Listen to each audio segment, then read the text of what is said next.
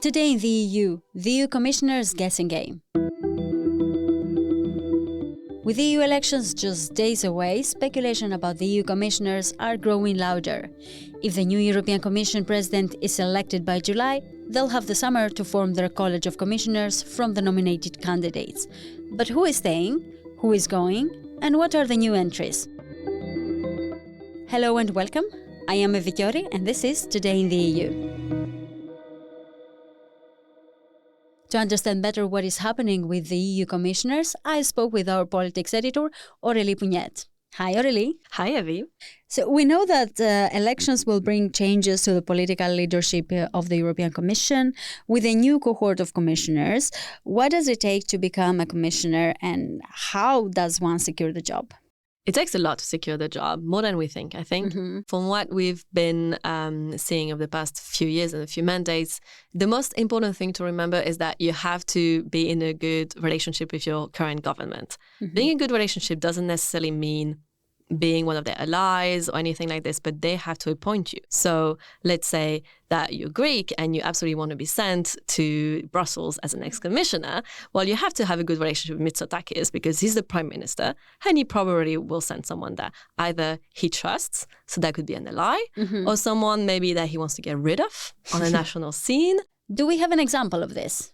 Last time, I think it was Margrethe Vestager, so the Danish commissioner at the moment, who's very famous because of all the fine that she's imposing on Google's and like all those big companies in the US. She was not at all on the same line politically as the current government that appointed her. So that was a bit of a surprise, but in a way... But she's doing great. It looks like a win. Yeah, I think it's she has a lot of experience, and that's why also it's a good look also on the country, isn't it? If you say, oh, the Danish commissioner is that one.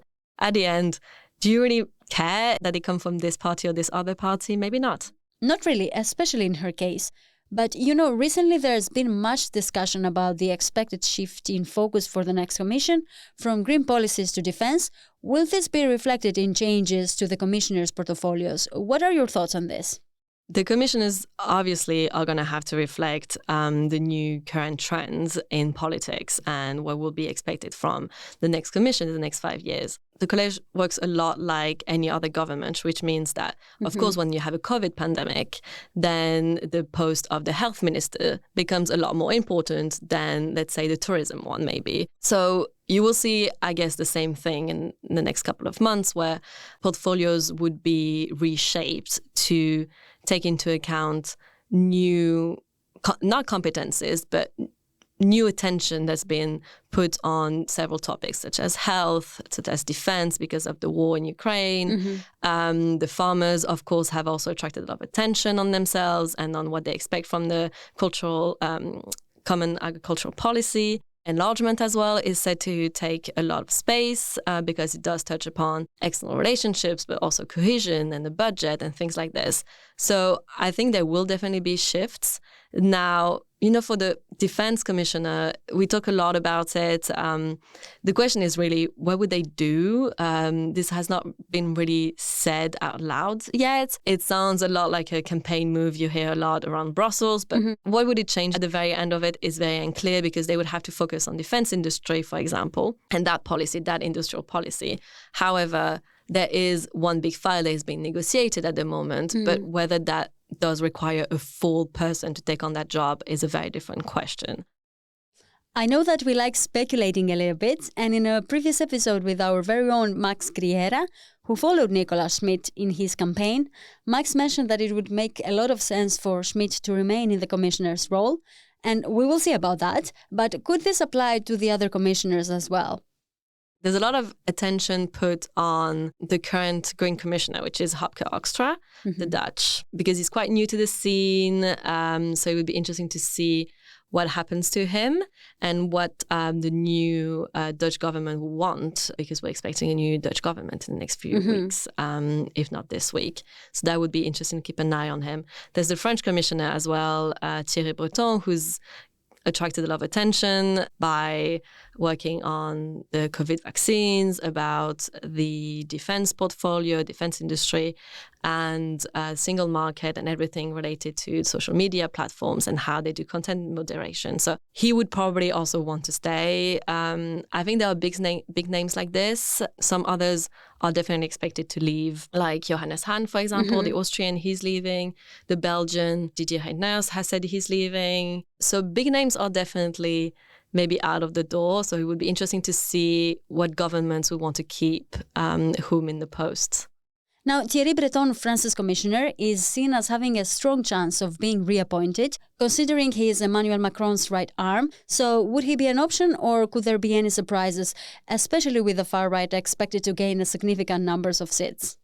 From Macron, I don't think you can expect him to appoint anyone else but someone he really trusts to the post. Whether that would be Breton or not is still to be decided. Macron likes to keep his cards very close to his chest and not reveal much until the last minute. Last time, he presented someone first, who was Sylvie Goulard, who got rejected by the parliament because she was allegedly involved in some dark matter and scandal. So maybe he will propose someone else. Maybe it will be Breton again. There has been talks about, he's often called the vice prime minister or vice president, Bruno Le Maire, who's currently minister for economics and also all things important and strategic. So he could be, for example, sent to Brussels as a good ally of Macron. It will also ultimately depend a lot on what portfolio the French wants to have and how also Renew, so Macron's party, does in the elections.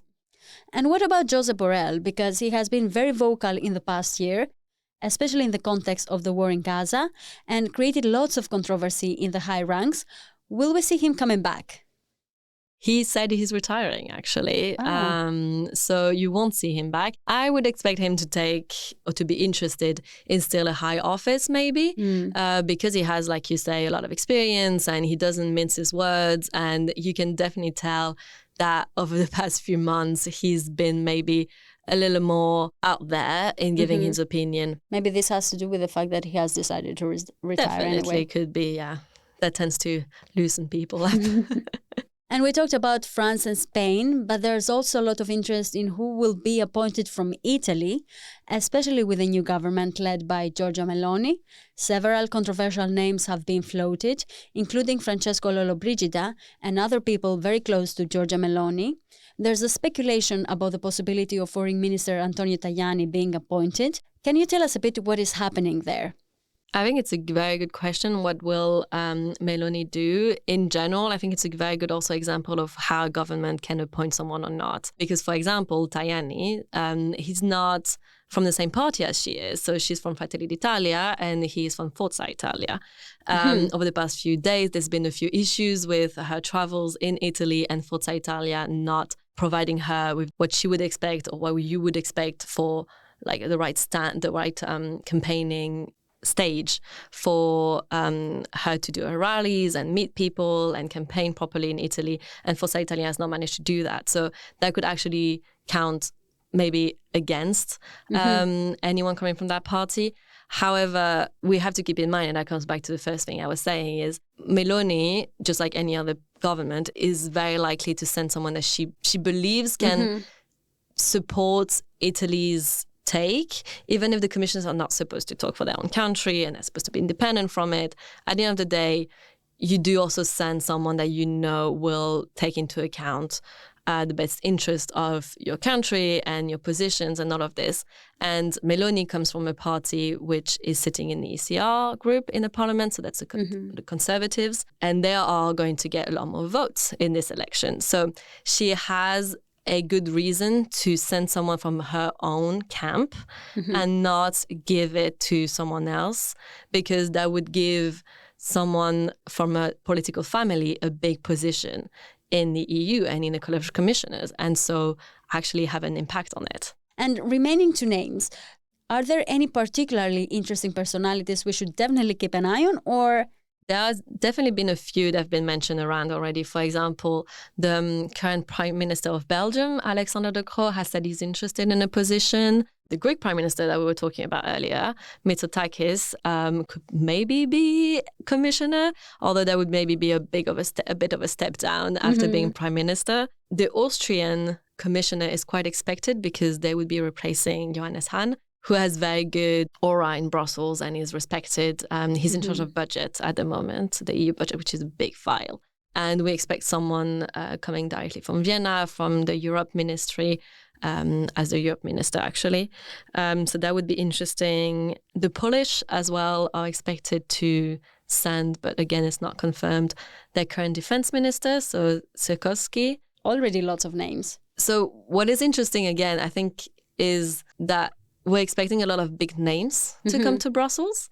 And I think that's a good thing to note, because we often say, Brussels decides without us. The Commission does whatever it wants. There's no link to the governments and things like this. But when you send a very big name and someone who's actually important on a national level and whom you trust, and you send them to Brussels, you send them to sit at this college, and you send them to work on laws, basically, that will impact everyone, it shows actually how important the job is and how important it is to all those governments and all those leaders that then turn their back on Brussels and say that the Commission has decided without them. So I think that's interesting.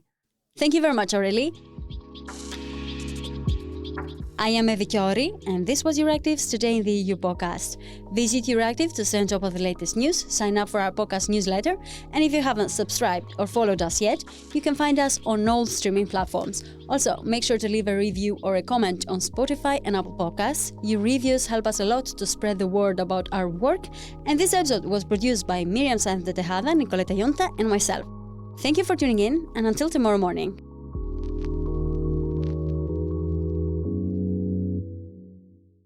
As part of our commitment to accuracy, inclusion and transparency, Euractiv is part of the Trust Project.